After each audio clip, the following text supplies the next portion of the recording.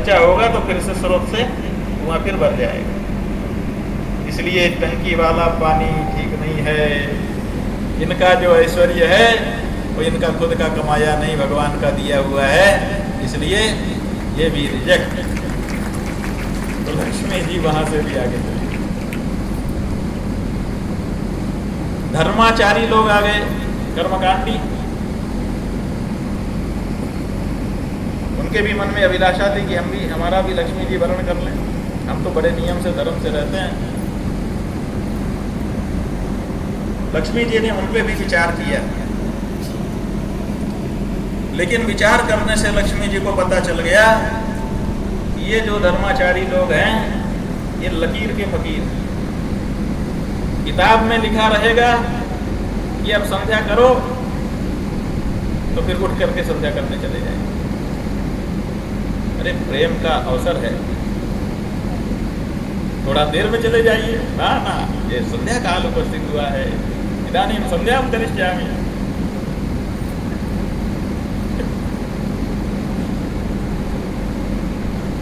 तो संध्या का काल उपस्थित हो जाए, संध्या का काल उपस्थित हो जाएगा तो ये हमको छोड़ करके चले जाएंगे।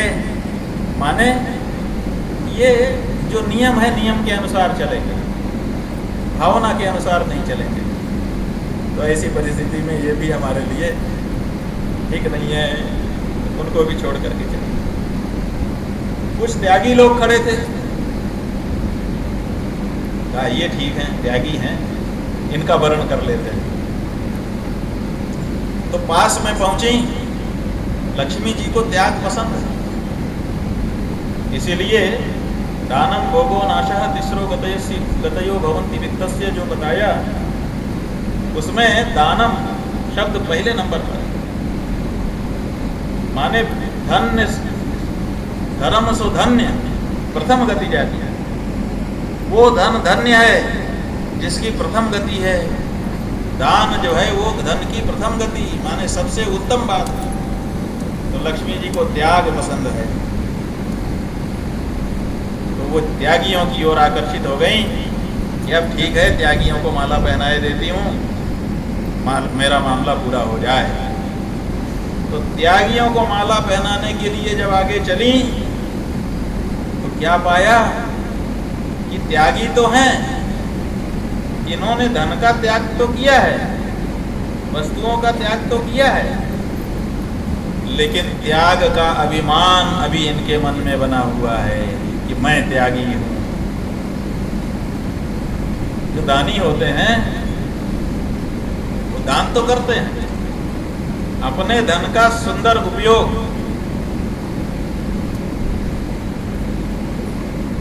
वहां जगह ना हो तो मंच पे आके बैठे। अपने धन का जो उपयोग है वो दानी करते हैं, अच्छा करते हैं, लेकिन मैंने दान किया इसका बोर्ड भी बड़ा बड़ा लगवा देते हैं। अमुक के द्वारा, अमुक की स्मृति में, अमुक तिथि को, अमुक बजे, अमुक की उपस्थिति में इतना, है ना, पूरा हिसाब किताब पत्थर पर खुदवा देते। तो दानी त्यागी तो है, लेकिन केवल धन का त्याग किया है, अपने त्याग का त्याग नहीं कर पाए, जबकि त्याग का भी त्याग कर देने की जरूरत है। ये न त्यजसी तत्यज, जिससे तुम त्यागते हो उस त्याग के अभिमान को भी त्याग दो, तब तुम्हारा त्याग सच्चा होता है। और जब तक त्यागने का अभिमान तुम्हारे मन में बना हुआ है, तब तक तुम्हारा त्याग उत्तम कोटि का त्याग नहीं माना जा सकता। तो लक्ष्मी जी ने पाया ये त्यागी तो ठीक है, लेकिन समस्या ये है त्याग का अभिमान अभी बचाए हुए हैं, अभी त्याग के अभिमान को नहीं त्यागा है। मैं त्यागी हूँ इस बात का घमंड लेकर के बैठे हुए, तो ये तो ठीक नहीं है। हर समय इसी का दबाव डालेंगे कि हम तो बड़े त्यागी हैं, हम तो बड़े त्यागी हैं। जो त्यागी है त्याग कर दे, कोई बात नहीं है, लेकिन मैं त्यागी हूँ इस बात का घमंड जब उसके मन में आ जाता है, तब फिर वो ठीक नहीं होता है। फिर वही बात हो गई कि मैं तो अभी त्याग देता हूँ। मैं तो जब चाहूँ त्याग दूँ, मेरा क्या है। इस तरह की बात उसके मुंह से निकलने लगी, तो तब गृहस्थी बसाना कठिन हो जाएगा। क्योंकि जब कोई बात आएगी तो कहेगा मैं तो चला, मुझे त्यागने में कोई देर नहीं लगेगी, अभी त्यागता। त्याग के चला जाए वो सही है, लेकिन त्यागे ना और कहे त्याग दूंगा, वो बड़ी मुश्किल का काम है। इसलिए ये भी ठीक नहीं है। तो त्यागियों से आगे बढ़ गई लक्ष्मी। कमल की माला हाथ में उठी हुई है, लोग सोच रहे हैं कि अब हमारे गले में आएगी, अब हमारे गले में आएगी, लेकिन लक्ष्मी जी एक एक पर विचार करते हुए बढ़ती जाए। कुछ वीर पुरुष खड़े हुए थे, उनके मन में था कि वीरों से बढ़कर के पुरुष किसमें और होगा, इसलिए लक्ष्मी जी हमारा ही वर्ण करेंगे और किसी का तो कर ही नहीं सकते। लक्ष्मी जी ने देखा वीर पुरुष खड़े हैं, आकर्षित हो गया मन उनका, विचार करने लगे कि वीरों का वर्ण कर लेना चाहिए। लेकिन वीर किस कारण से वीर कहते हैं? कहा कि युद्ध से डरते नहीं। जब जरूरत पड़ी आधी रात को भी युद्ध होगा तो उठ करके लड़ने के लिए खड़े हो जाए। न दैन्यम न पलायनम, ये भागने वाले लोग नहीं है। कहा ये तो अच्छी बात है, इनका साहस है, इनकी वीरता है, पराक्रम है इनका, लेकिन जितना ज़्यादा युद्ध लड़ने के लिए तैयार रहेंगे उतना ही इनकी जान पर खतरा रहेगा। तो जो वीर पुरुष हैं, लड़ने वाले, हर समय लड़ने के लिए तैयार रहते हैं, उनका प्राण कब निकल जाएगा कोई कह नहीं सकता। कभी भी लड़ाइयाँ होती रहती हैं, किसी भी लड़ाई में भाग लेंगे तो क्या पता एक बार अगर खाली चला गया और अगले का एक बार अगर सटीक बैठ गया तो काम खत्म। तो हमको तो फिर विधवा ही बन करके रहना पड़ेगा। इसलिए वीरों से भी विवाह ठीक नहीं होगा। तो भगवती ने वीरों को भी क्या आगे बढ़ गई। कुछ संत महात्मा खड़े थे जो समाधि लगाने वाले थे, तो निष्क्रिय है, लेकिन आज लक्ष्मी जी को देख करके उनके मन में भी स्पृहा आ गई। उन्होंने सोचा कि लक्ष्मी जी वरण कर लें तो कोई घाटा नहीं है, तो लाइन में आके खड़े थे। भगवती लक्ष्मी ने विचार किया कि ये लोग तो निष्क्रिय हैं, जो कम चाहता है उसके प्रति भी आकर्षण मन में हो जाता है। ये बात रहती है कि ये हमको कैसे कम चाह रहा है, इसको जरा चढ़वाएं। तो वो लोग निष्क्रिय थे, इसलिए लक्ष्मी जी के मन में थोड़ी स्पृहा जागी। लेकिन फिर उन्होंने विचार किया कि अगर इनको हमने माला पहना दी तो ये तो जा करके हमको विदा करा के तो ले जाएंगे, तो वहाँ कहेंगे हम समाधि में जा रहे हैं, तो समाधि लगा के बैठ जाएंगे। तब शिव सहज स्वरूप समारा और लागी समाधि अखंड अपारा।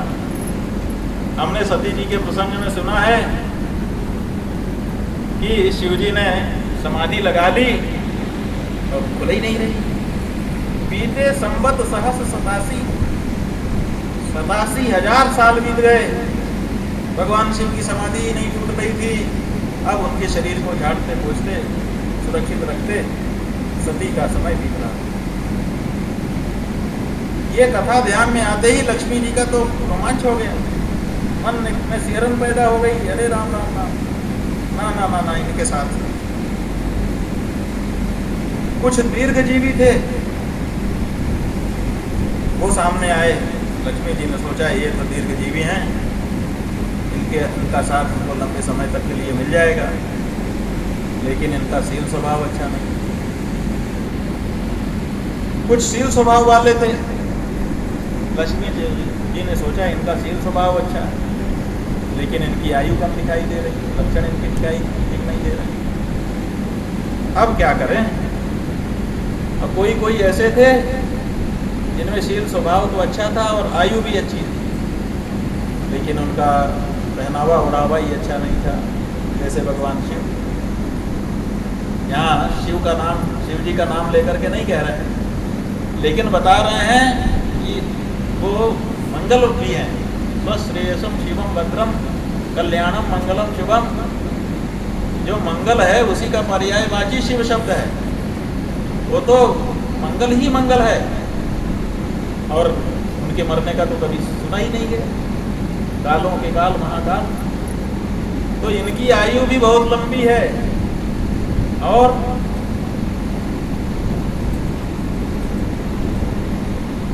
शील भी अच्छा है, मंगल स्वभाव भी अच्छा है, लेकिन इनका पहनावा ओढ़ावा ठीक नहीं है, नंग धड़ंग रहते हैं। तो कहीं जाना आना होगा तो बड़ी मुश्किल होगी। वैसे लोगों के सामने जोड़ी ठीक नहीं लगती, इसलिए इनके साथ भी जाना, यही कहा गया है ना। इसीलिए वस्त्र विन्यास भी व्यक्ति को ठीक ठीक पहने ओढ़े रहना चाहिए। सुभाषित के श्लोक में बताया गया है कि वस्त्रेण किम स्यादिति नैव वाच्यम वस्त्र प्रदानो खलु योग्यतायाम पीतांबरम वीक्ष्य तदौ सुकन्याम दिगंबरम वीक्ष्य इसम समुद्रः। अरे कपड़े से क्या होता है, ठीक है जो पहने हैं सब ठीक है, नहीं पहने हैं तो ठीक है, ऐसा नहीं सोचना। वस्त्र प्रदानो खलु योग्यतायाम, आपकी योग्यता में वस्त्र भी बहुत महत्वपूर्ण भूमिका निभाते हैं। का कोई उदाहरण का साफ उदाहरण समुद्र मंथन के समय का देख लीजिए। भगवान विष्णु पीतांबर धारण करके रेशमी वस्त्र पहन करके आए तो उनको लक्ष्मी मिली, और नंग धड़ंग होकर के भगवान शिव आए तो उनको हलाल स्पर्श मिला। समुद्र ने ही तो दिया, लेकिन जिसका जैसा वेश था वैसे उसको दे दिया गया। इसलिए पहने ओढ़े भी ठीक रहना चाहिए। तो भगवान शिव की ओर भी लक्ष्मी जी का ध्यान गया। इनकी आयु भी अच्छी है, इनका स्वभाव भी बहुत अच्छा है, लेकिन वेशभूषा अच्छी नहीं है, तो वहां से भी आगे बढ़ गई। अब देखती हैं कि एक पुरुष है जो लाइन में नहीं खड़ा।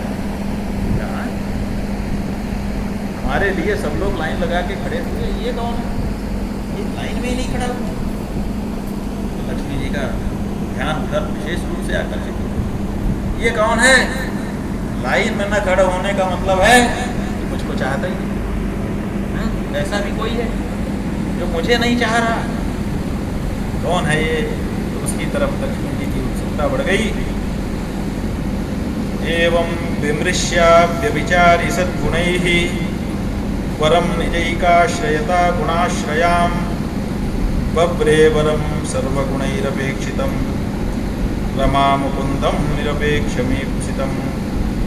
भगवती ने विचार किया, आहा, ये जो हैं अब व्यभिचारी सद्गुणी ही, इनके अंदर से गुणों का व्यभिचार नहीं होता, सदा गुण इनमें विद्यमान रहते हैं। और इनके अंदर विशेषता क्या है? निजई का आश्रयता गुणाश्रया, जिसको अपना लेते हैं उसको कभी नहीं छोड़ते। एक बार अपना लेंगे तो सदा सदा के लिए उसको अपना लेते हैं। इसलिए सर्वगुण निरपेक्षित, जो प्राकृत गुण हैं उन प्राकृत गुणों से तो दूर रहते हैं, निर्गुण हैं, इसलिए इन्हीं का वर्ण कर लेना चाहिए। तो जाकर के लक्ष्मी जी ने उनके सामने माला लेकर के खड़ी हो गई और उनके वक्षस्थल को देखती हुई खड़ी हुई। भगवान ने देखा लक्ष्मी जी आ गई, सामने खड़ी हैं, हमारे वक्षस्थल को देख रही हैं, अब क्या करना चाहिए? तो भगवान ने कहा कि आई हुई लक्ष्मी का सम्मान करना चाहिए।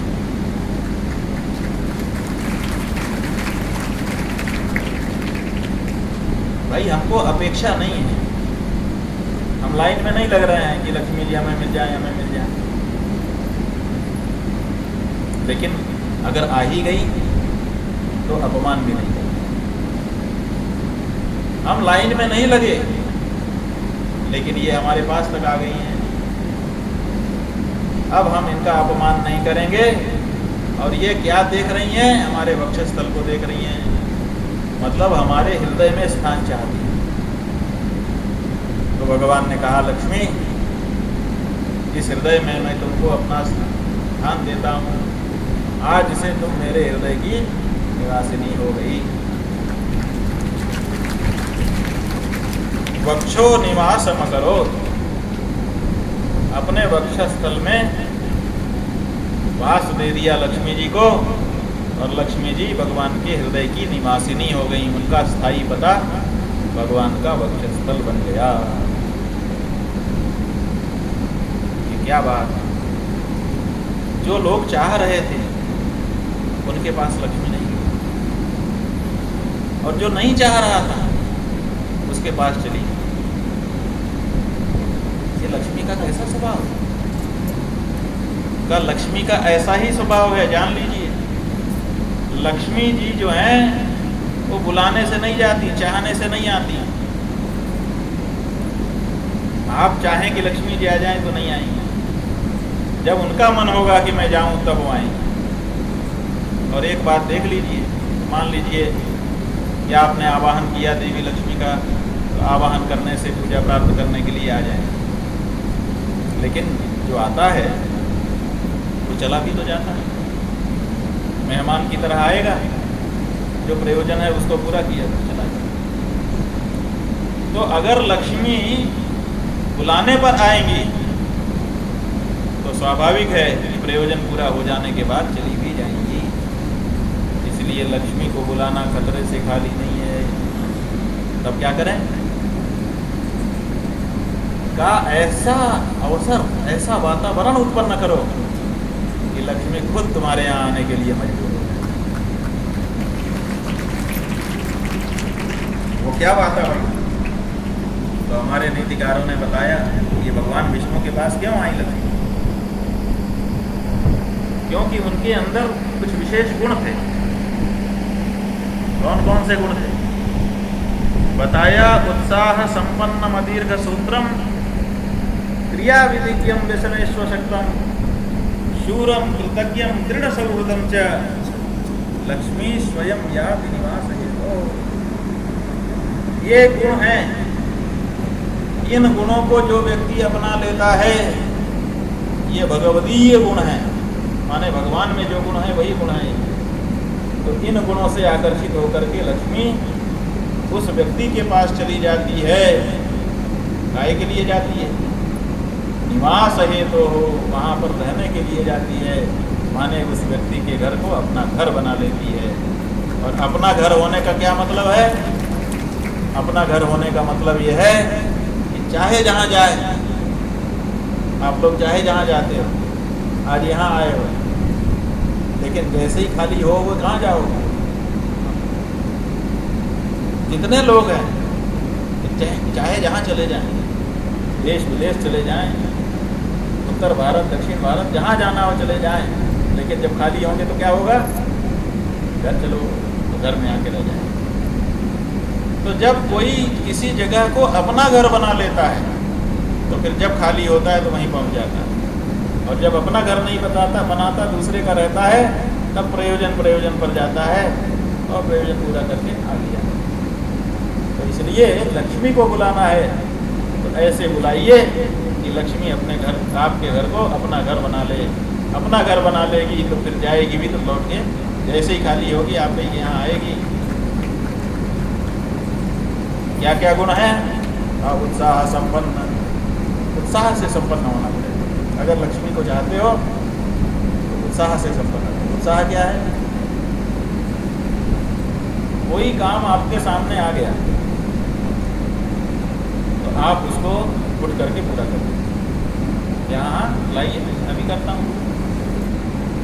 जो आप फाइल लेकर के गए, जिसके पास गए उसने कहा हाँ जी दीजिए, अभी पलट दिया, पलट करके तुरंत जो टिप्पणी लिखनी थी लिख करके बढ़ा दिया, वो तो उत्साह संपन्न।